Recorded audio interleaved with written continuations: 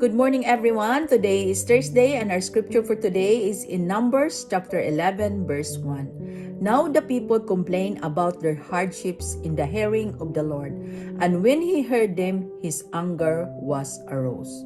This verse gives us a sobering reminder of how powerful our words and attitudes are before God. The Israelites had experienced God's miracles, deliverance, provision, and guidance, yet in the face of hardship, they choose to complain instead of trust. Complaining often begins quietly in the heart. It grows when we focus more on our problems than on God's faithfulness.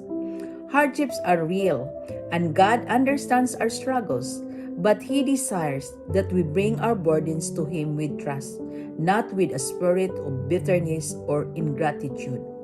When we complain, it can cloud our perspective. We begin to forget what God has already done and lose sight of what He is still doing.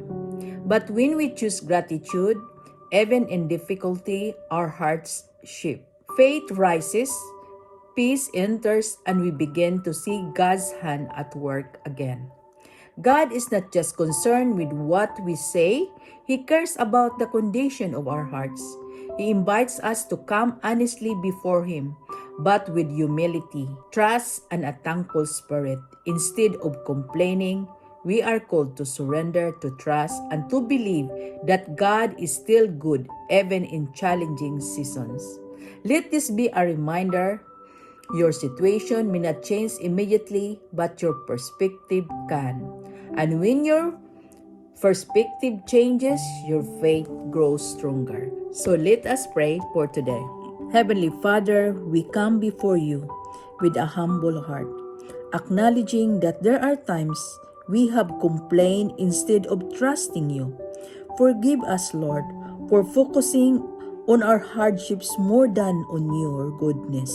Teach us to bring our struggles to you with faith and not with bitterness.